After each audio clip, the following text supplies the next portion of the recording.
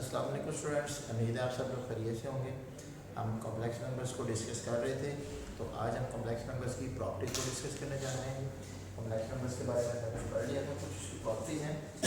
सबसे पहले हम इसमें देखते हैं प्रॉपर्टी नंबर 1, हम इसे कहते हैं जी एक कॉम्प्लेक्स नंबर है, आप उसका कॉन्जुगेट का कॉन्जुगेट लें 2 दफ़ा तो वो दोबारा उसी कॉम्प्लेक्स नंबर के बराबर आ जाता है। ठीक है, छोटी सी एग्जांपल लेके भी कर लें, जनरल करना है तो तब भी आपसे कोई मसला नहीं है। लाइक z अगर आपके पास 2 + 3 एटा है तो इसका कॉन्जुगेट क्या होगा 2 - 3 एटा, और अगेन कॉन्जुगेट लेंगे तो it's again 2 + 3 Etah which is again z।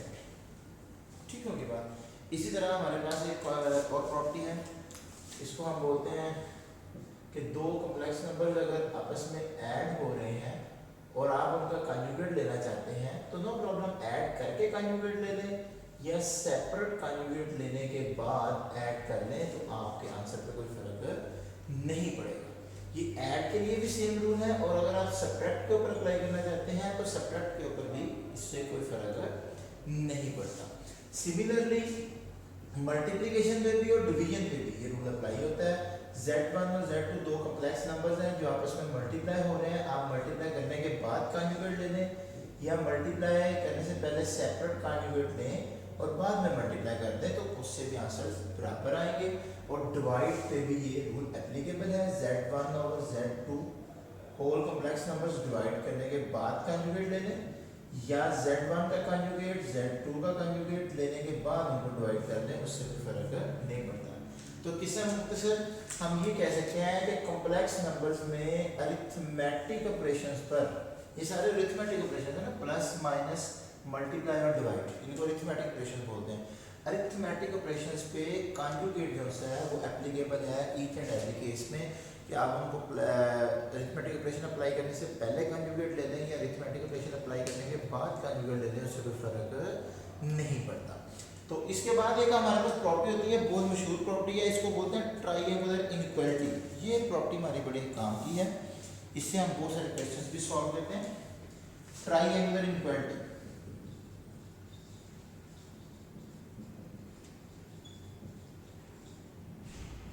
Triangular inequality क्या कहती है? हमारे पास दो कॉम्प्लेक्स नंबर्स z1 और z2,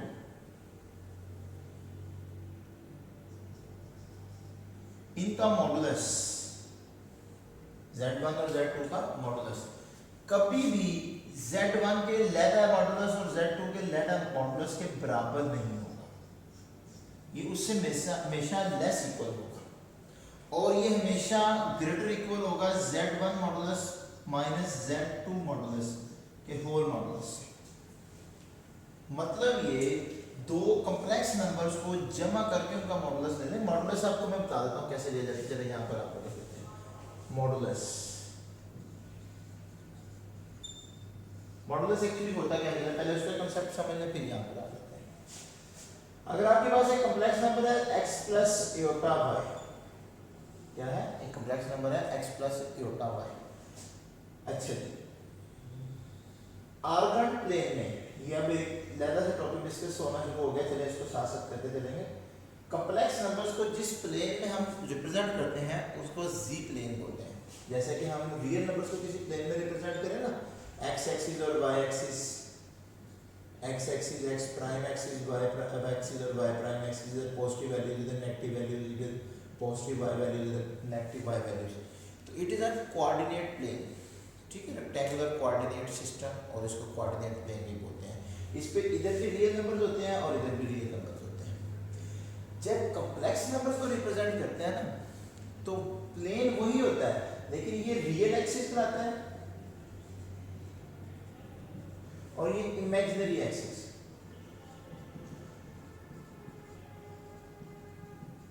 रियल एक्सिस और इमेजिनरी एक्सिस का मतलब ये है कि आपने इस साइड पर कॉम्प्लेक्स नंबर्स के रियल पार्ट को रिप्रेजेंट करना है और इस साइड पर कॉम्प्लेक्स नंबर के इमेजिनरी पार्ट को रिप्रेजेंट करना है, इमेजिनरी पार्ट। क्लियर होगी बात? अब फर्ज करें हमारा एक कॉम्प्लेक्स नंबर है, ये p पॉइंट पड़ा हुआ है, ठीक है, p of z which is x plus iota y। तो इसकी कोई ना कोई x वैल्यू है और कोई ना कोई y वैल्यू है। ओके होगी बात? अब हम ये देखना चाहते हैं, ये उसका मॉडुलस है। मॉडुलस का मतलब ये होता है कि आपके पास उस कॉम्प्लेक्स नंबर का ओरिजिन से शॉर्टेस्ट डिस्टेंस लेना, मॉडुलस उसको कहते हैं। ओरिजिन से शॉर्टेस्ट डिस्टेंस लेना मतलब आप यहाँ पर खड़े हैं, आप इस पॉइंट पे पहुंचना चाहते हैं, आपके पास दो रास्ते हैं। एक ये है कि आप पहले x डिस्टेंस कवर करें, फिर y डिस्टेंस कवर करें और उस पॉइंट पे पहुंच जाएं।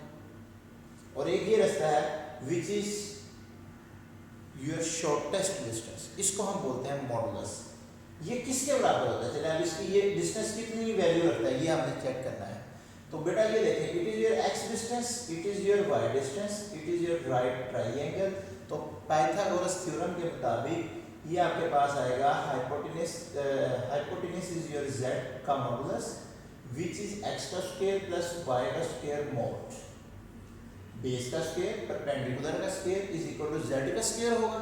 और यहाँ से हम z का स्क्वायर मॉडुलस निकालेंगे, मतलब स्क्वायर रूट लेंगे, तो ये आपके पास आ जाएगा। और ये पॉजिटिव स्क्वायर रूट लेंगे, क्योंकि स्क्वायर रूट चलिए मैं आपको ऐसे करके दिखाता हूँ। मैं ये कहना चाह रहा हूँ इट इज z का square is equal to x square plus y square और it is z is equal to x square plus y square modulus. ठीक हो गया। अब स्क्वायर रूट जब लेते हैं प्लस माइनस लगाते हैं, लेकिन हम यहाँ पे जस्ट पॉजिटिव ले रहे हैं, नेगेटिव नहीं ले रहे, because it is a distance और डिस्टेंस कभी भी नेगेटिव नहीं होता, डिस्टेंस कभी भी नेगेटिव नहीं होता। अच्छा ये बात यहाँ पे कंप्लीट होगी। अब पॉजिटिव वैल्यू है इसलिए इसको मॉडुलस भी लिख देते हैं, क्योंकि मॉडुलस भी always give a positive answer. Modulus भी हमें क्या देता है? पॉजिटिव आंसर देता है। और मॉडुलस की डेफिनेशन क्या हो जाएगी?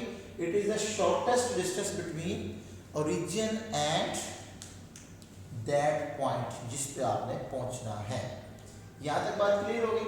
अब मॉडुलस से ये बात हमें इधर पहुंचते हैं कि दो कॉम्प्लेक्स नंबर्स को जमा करके डेफिनेटली एक तीसरा कॉम्प्लेक्स नंबर भी आ जाएगा। मतलब इसकी अगर हम ग्राफिकल रिप्रेजेंटेशन करें,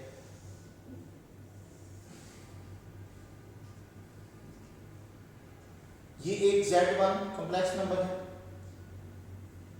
यहाँ पर एक Z2 कॉम्प्लेक्स नंबर है। चलिए यहाँ पर ले लेते हैं, थोड़ा सा चेंज करेंगे। अब Z1 का मॉडुलस ये चीज है और Z2 का मॉडुलस ये चीज है। चलिए ये अपना कॉम्प्लेक्स नंबर ही हम ऐसे यहाँ पे ले लेते हैं ताकि हमें जरा इजी रहे। It's your Z2। ठीक हो गया। अब Z1 और Z2 को जब जमा करेंगे तो ये चीज प्लस ये चीज को यहाँ पर जाके आपके पास एक कॉम्प्लेक्स नंबर बनेगा which is Z1 plus Z2। तो Z1 का मॉड प्लस Z2 का मॉड, इट इज इन दोनों का सम करेंगे which is always less then Z3 का Z1 प्लस Z2 होल के मॉड से।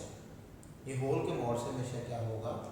छोटा हो जाएगा। उसकी वजह ये है कि ये डिस्टेंस जब यहाँ पर कॉपी होगा तो ये यहाँ पर बनेगा और ये एक लैडर से ट्रायंगल, ये एक लैडर से ट्रायंगल बन जाएगी। क्लियर होगी बात? इसी बात को मद्देनजर रखते हुए हम यूँ कहते हैं कि दो कॉम्प्लेक्स नंबर्स के बारे में हम ये आर्गुमेंट कभी भी नहीं दे सकते कि कौन सा कॉम्प्लेक्स नंबर बड़ा है और कौन सा कॉम्प्लेक्स नंबर छोटा है।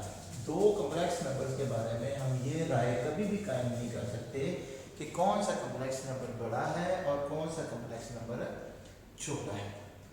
अच्छा जी, तो ये इनक्वालिटी हमारे लिए है Z1 प्लस Z2 का mod less than equal to Z1 mod plus Z2 mod और उनके डिफरेंस हमेशा ग्रेटर होगी। ये आपके पास लीस्ट वैल्यू होती है और ये हमेशा ग्रेटेस्ट वैल्यू होती है।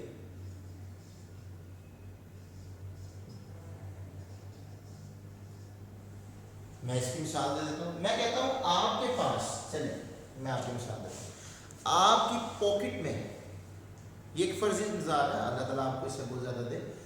आपकी पॉकेट में मिनिमम 10 रुपए हो सकते हैं, मैक्सिमम 2 करोड़ हो सकते हैं। Means your pocket money is bound between 10 and 2 crore.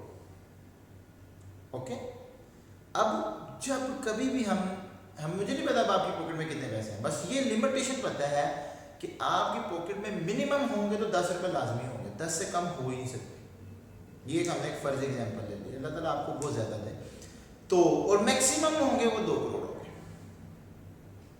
क्या हुआ, अब जब कभी भी मुझे कोई बंदा पूछे यार इस बंदे की पॉकेट में मिनिमम कितने पैसे हैं, तो मैं ये तो पक्का ठक्का कह सकता हूँ बगैर सोचे समझे कि भाई इसके पास कम से कम 10 तो लाजमी होंगे, उससे आगे 11 भी हो सकते हैं, 12 भी, 10 से कम नहीं हो सकते, क्योंकि हमने लिमिटेशन पहले डिसाइड कर ली हुई है कि you are bounded between 10 and 2 crore.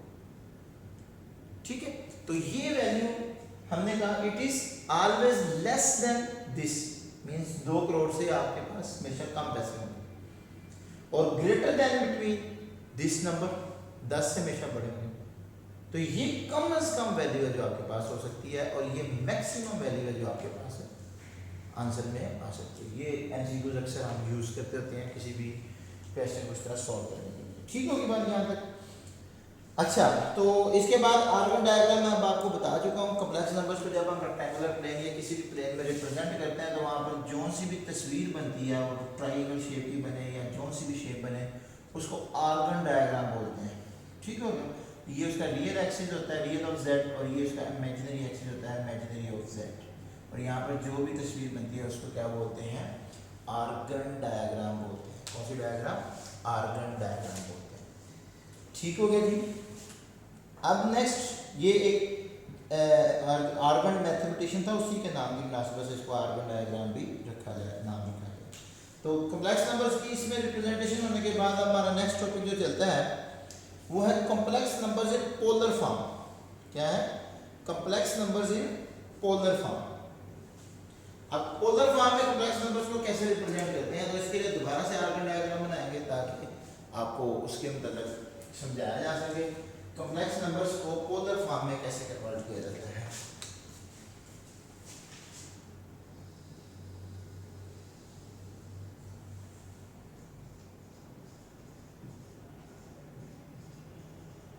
Of complex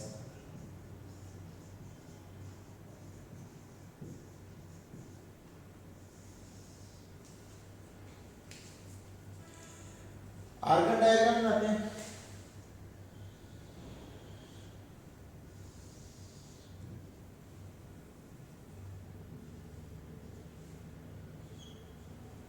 it is your real of axis, real of z रहेगा, imaginary axis, imaginary of z रहेगा। It is a point P of z, कोई भी कॉम्प्लेक्स प्लेन में point है, ये उसका angle theta बन रहा है। It is your x distance और it is your y distance, that means ये पॉइंट एक्स प्लस ए होता है। ओके हो गया। अब अगर हम इस कॉम्प्लेक्स नंबर के कोऑर्डिनेट्स को रिजॉल्व करें तो ये डिस्टेंस हमने कंप्लीट किया है एक्स कोस थीटा की डायरेक्शन में। किस डायरेक्शन में कंप्लीट किया है, एक्स कोस थीटा की डायरेक्शन में हमने इसको कंप्लीट किया है। ठीक होगी बात। देखें ना, इस ये आपका आप इसको z के मोड से रिप्रेजेंट कर रहे थे which is x square plus y square का स्क्वायर रूट। इसको आप अपनी बुक के मुताबिक r भी रिप्रेजेंट कर सकते हैं, एक z मोड लिख दें या r लिख दें, एक ही चीज़ के दो नाम। ठीक हो गया। इस राइट ट्रायंगल में यहाँ पर अगर हमारे पास एंगल थीटा बन रहा है, हम मतलब ये कहते हैं कि ये कॉम्प्लेक्स नंबर x एक्सिस के साथ एंगल थीटा बना रहा है, तो हम यहाँ पर cos थीटा ट्रिग्नोमेट्रिक रेशियो की वैल्यू लिख सकते हैं। cos होता है कर्ली ब्राउन हेयर, ब्राउन आपका बेस है इस टाइम, हेयर आपके पास r है, r लिख दें, x के जगह y स्क्वायर का मॉड लिख दें, अप टू यू जो मर्जी लिख दें। और sin थीटा इसी ट्रायंगल में हमारे पास बनेगा सम पीपल है, पीपल इस टाइम y है और हैव आपके पास r ही है। ठीक हो गया। तो यहाँ से आपके पास r x की कीमत क्या निकलती है, r cos थीटा, और यहाँ से y की कीमत क्या निकलती है, r sin थीटा। अब एक कॉम्प्लेक्स नंबर को हमने, जिसको हम z is equal to x plus iota y के नाम से जानते हैं, वही x प्लस योटा वाई, अब x की जगह अगर हम लिखें तो r cos theta plus Yotta और y की जगह r sin थीटा भी लिखा जा सकता है। ये वैल्यूज पुट करते तो वही कॉम्प्लेक्स नंबर आपकी ये शेप इख्तियार कर जाएगा, cos of theta plus Yotta sin of theta. ठीक होगी बात। ये आपके पास एक कॉम्प्लेक्स नंबर की पोलर फॉर्म में रिप्रेजेंटेशन बन जाती है। यही पॉइंट अगर रेक्टेंगुलर कोऑर्डिनेट सिस्टम या सॉरी जेड प्लेन में हम बात करें तो इस तरह है, और अगर हम इसको पोलर फॉर्म में कन्वर्ट करें तो ये r cos theta plus aorta r sin theta की रिप्रेजेंटेशन है। एक ही लोकेशन है, दो डिफरेंट वे से आप उसको डिफाइन कर रहे हैं, बिल्कुल ऐसे ही जैसे आप यहाँ से कराची का डिस्टेंस किलोमीटर्स में बताना चाहें तो 1200 किलोमीटर कहेंगे, और अगर आप उसको सेंटीमीटर्स में बताना चाहें तो वो बहुत बड़ी वैल्यू होगी, लेकिन location same, point same, just आपने यूनिट चेंज किया, मेथड चेंज किया, सिस्टम चेंज किया। ठीक होगी बात। तो ये हमारे पास पोलर फॉर्म में कोऑर्डिनेट्स होते हैं, तो हम आप यूँ कह सकते हैं कि z मतलब एक कॉम्प्लेक्स नंबर को हम x प्लस एयोटा y की शक्ल में भी लिख सकते हैं, ऑर्डर पेयर की शक्ल में भी लिख सकते हैं, r cos theta plus aorta r sin theta की शक्ल में भी लिख सकते हैं, और अगर इसी के ऑर्डर पेयर बनाने हो तो फिर इसको ऐसे भी लिखा जा सकता है, r और थीटा ऑर्डर पेयर्स। ठीक हो गया, r और थीटा ऑर्डर पेयर्स। ये हमारे polar coordinates of z axis sorry polar coordinates of z complex numbers के कहलाएंगे। ठीक होगी बात। यहाँ पर इसके रिवर्स भी जाया जा सकता है। अब अगर आपको x y दिए हों और आपसे कहे कि r और cos निकाल के दिखाएं, तो तब भी हम फार्मूले को इस्तेमाल करें, और अगर हमें r और cos r और थीटा दिए हों और x y निकालना हो, फिर भी हम उसको यूटिलाइज कर सकते हैं। x और y दिए हों, ठीक है, और हमें r और थीटा दिए हों और x और y तो हम इस फार्मूले से निकाल लेंगे।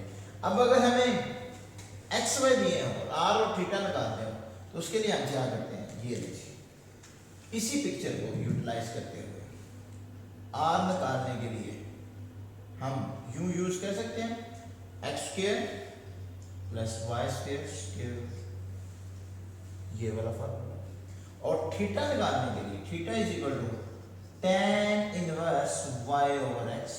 एक्चुअली ये कहाँ से आया, यहाँ से आपको बता देते हैं।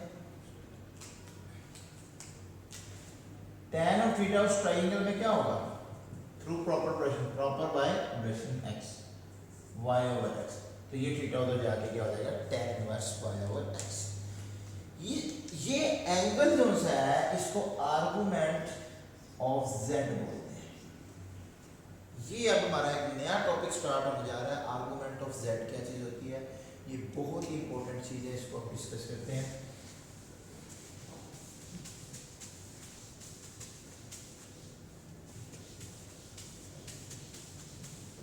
आर्गुमेंट ऑफ z क्या चीज होती है, देखें मैं वही पिक्चर दोबारा याद बना रहा हूं। अभी हमारा नेक्स्ट टॉपिक शुरू हो गया है। अभी हमें एक चीज यहाँ पे मिलेगी बुक में, आर्गुमेंट ऑफ z और आर्गुमेंट ऑफ z, इसको हम प्रिंसिपल आर्गुमेंट भी बोलते हैं। ठीक होगी बात, आर्गुमेंट एंगल को कहते हैं, ठीक है, ये आज इसकी एप्लीकेशन है, हम उसको यूं लिख देते हैं। ठीक होगी। अब प्रिंसिपल आर्गुमेंट और सिंपल आर्गुमेंट में क्या फर्क होता है मैं आपको बताता हूँ। ये हमारे पास एक कॉम्प्लेक्स नंबर था जो एंगल थीटा बना रहा था, ठीक हो गया, जिसको हम यहाँ पर निकाल सकते हैं tan of theta is equal to y over x, और यहाँ से theta is equal to tan inverse y over x। ठीक हो गया। ये वाले आर्गुमेंट से मतलब इसकी डेफिनेशन आपको पहले पता होना चाहिए। It is the angle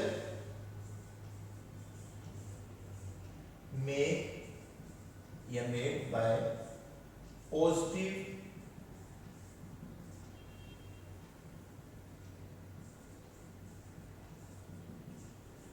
x axis, जिसको हम रियल एक्सिस भी बोलते हैं।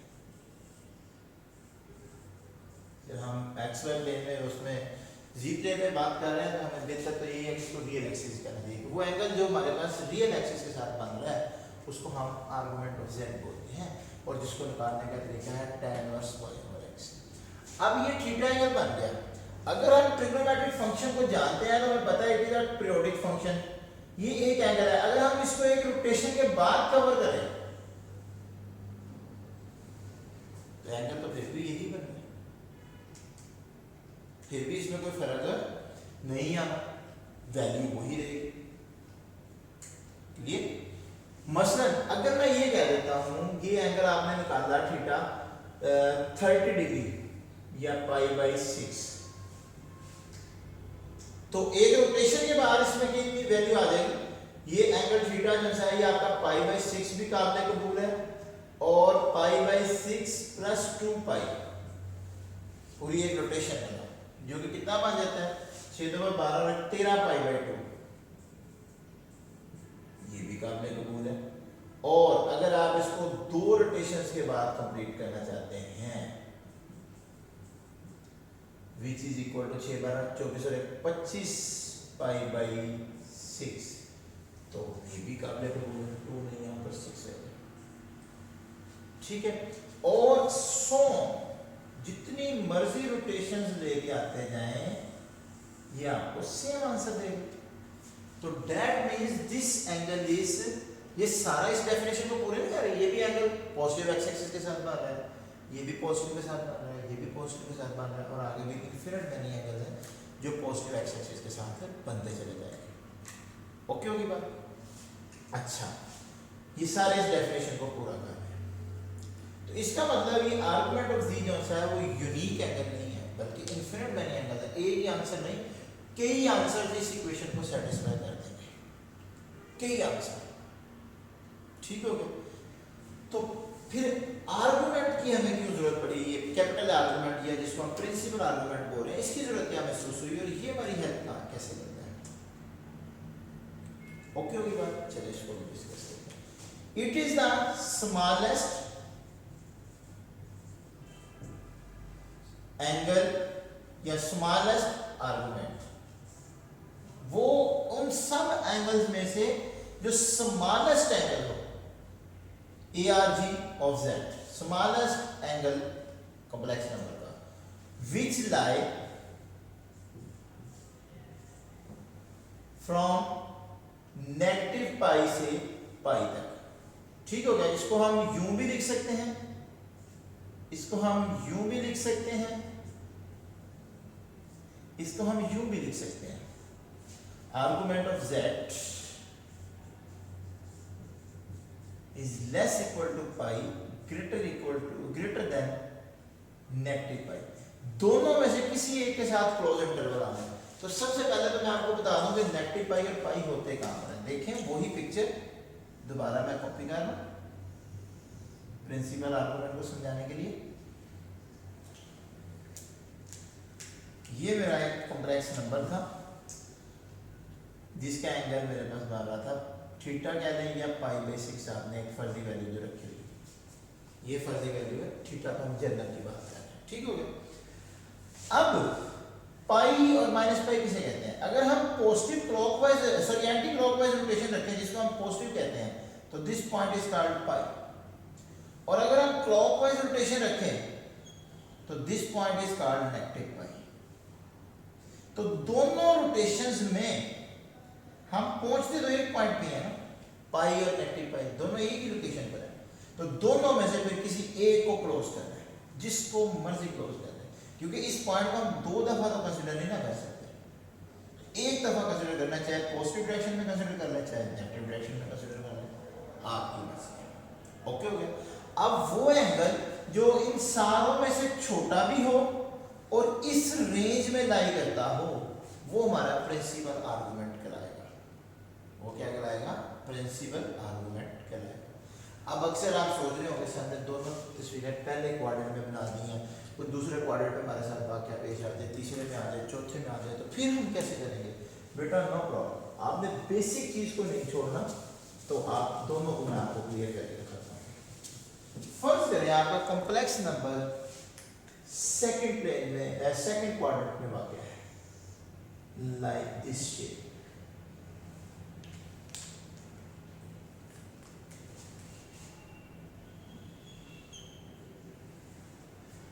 तो आप जो थीटा निकाल रहे हैं, इधर अगर आपके पास कोई ये कोई z है एक पॉइंट, ठीक है, उसकी कोई ना कोई x वैल्यू है जो नेगेटिव होगी और कोई ना कोई y वैल्यू है जो पॉजिटिव होगी, और ये आपके पास थीटा निकल आएगा।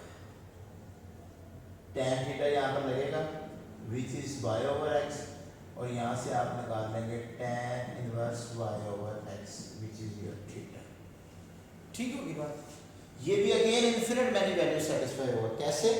इसकी ये वैल्यू है ना, इसको हम पहले तो बात थीटा कंसीडर कैसे करेंगे, सेकंड क्वाड्रेंट में है, इसका ये आर्गुमेंट ऑफ z बनाने के लिए, अभी ये आर्गुमेंट ऑफ z नहीं बना, इसको पहले तो आर्गुमेंट ऑफ z बनाने के लिए पॉजिटिव x एक्सिस के साथ अटैच करना है, लाइक दिस।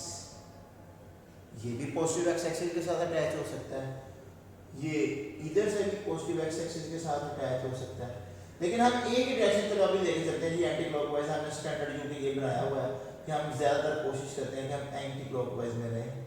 तो एंटी क्लॉकवाइज में हम बात करते हैं तो टोटल एंगल आपके पास कितना है, पाई पाई माइनस थीटा।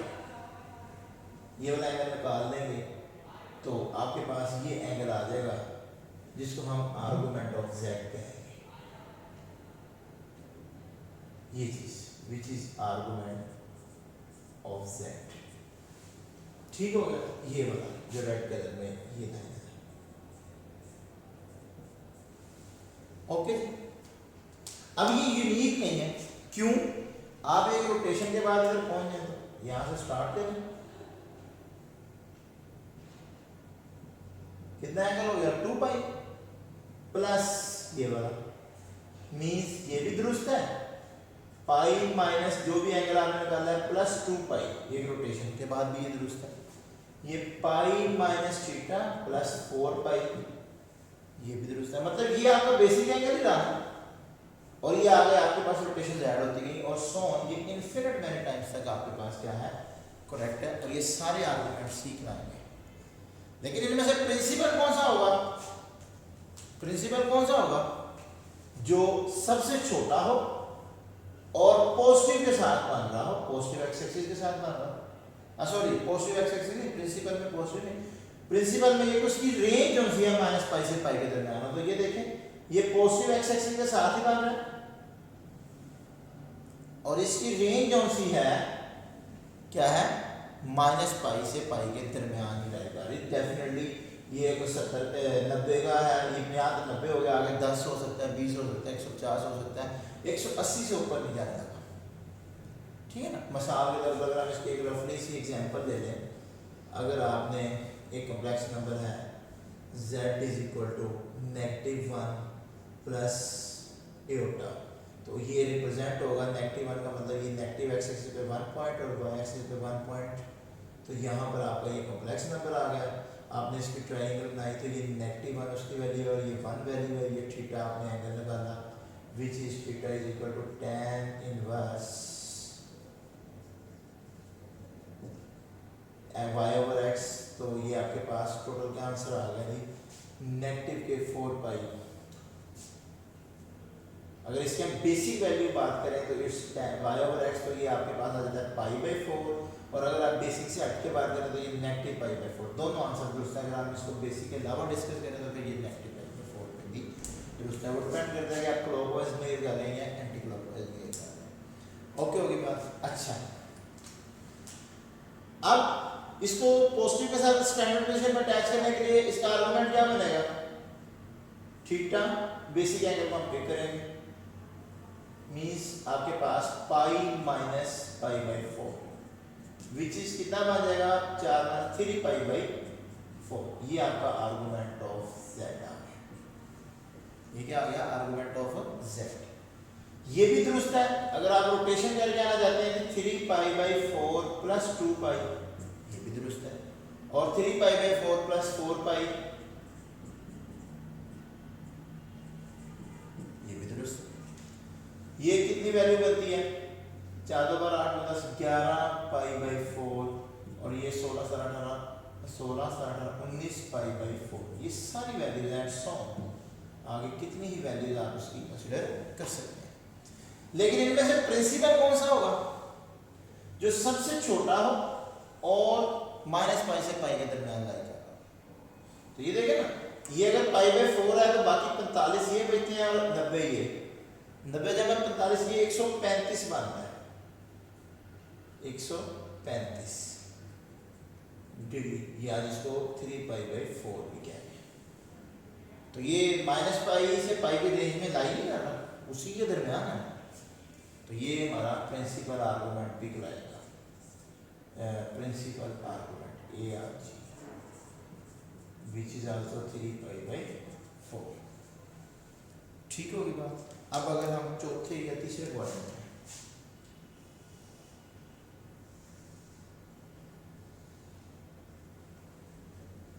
तो इसकी कोई ना कोई एक्स वैल्यू और कोई ना कोई वाई वैल्यू, तो यहाँ पर आप थीटा तो इजीली निकाल सकते हैं, theta is equal to tan inverse y/x, और इसको पॉजिटिव एक्स एक्सिस के साथ अटैच करने के लिए हम इसको करेंगे जी पाई प्लस थीटा। तो ये आपका आर्गूमेंट ऑफ सेट बनेगा।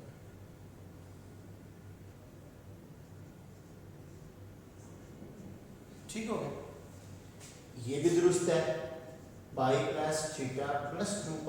एक रोटेशन के बाद अगर हम यहाँ पहुँचते हैं तो फिर भी दुरुस्त है, और पाई प्लस थीटा प्लस 4π, तो और इसी तरह 100, ये भी इन्फिनिट मैनी वैल्यूज पे ये ट्रू है।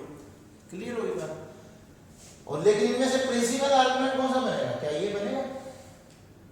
नहीं है, तो ये भी सबसे छोटा, लेकिन ये इस रेंज में लाई नहीं कर रहा, क्योंकि पाई प्लस समथिंग, उधर हमारी रेंज है मैक्सिमम पाई तक जा सकते हैं, मतलब 180 तक जा सकते हैं। 180 से आगे वाला एंगल हम कंसिडर नहीं करेंगे प्रिंसिपल आर्गुमेंट में। तो अब क्या करेंगे?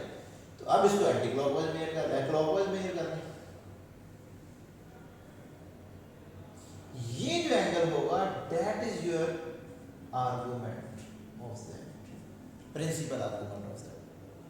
ठीक, ये सारे आर्गुमेंट्स, ये उनमें से कौन सा होगा? Principal argument of that. इसकी वैल्यू कैसे कैलकुलेट होगी भाई? ये एंगल आपको पता है ना कितना है, जो भी हो, 30 का है, 60 का है, 90 का है, इस क्वाड्रेंट में से ये टोटल 90 प्लस ये वाला ऐड हो जाएगा, इजीली निकल आएगा, नो प्रॉब्लम। और ये हमारी रेंज को भी फॉलो कर रहा है, जैसा कि मैंने इधर बताया था कि पाई तक हमें लेना हो तो ऊपर वाली साइड से आ जाते हैं, जिसको पॉजिटिव डायरेक्शन कहते हैं या एंटी क्लॉकवाइज डायरेक्शन कहते हैं। और ये हम थर्ड क्वाड्रेंट या फोर्थ क्वाड्रेंट में जब डिस्कस करना हो तो फिर हम उसको क्या करते हैं? क्लॉकवाइज कंसीडर कर लेते हैं और वो एंगल हम डिस्कस करते हैं। यहाँ तक क्लियर होगी बात। इसी तरह चौथे क्वाड्रेंट के लिए भी डिस्कशन हो जाएगी। चौथे क्वाड्रेंट में भी सेम कंसेप्ट हम लेके चलेंगे। अगर हमारा कॉम्प्लेक्स नंबर इस शेप का है, ये उसका एंगल थीटा आ रहा है, तो इसको हम पॉजिटिव डायरेक्शन में जोड़ने के लिए, स्टैंडर्ड फॉर्म में जोड़ने के लिए क्या करते हैं? ये इसके स्टैंडर्ड फॉर्म के साथ एफिलिएशन करनी है, तो ये बनता है 2π माइनस थीटा। ठीक हो गया, ये आर्गुमेंट ऑफ z बन गया। थीटा तो हम निकाल लेंगे ना, tan इनवर्स y/x।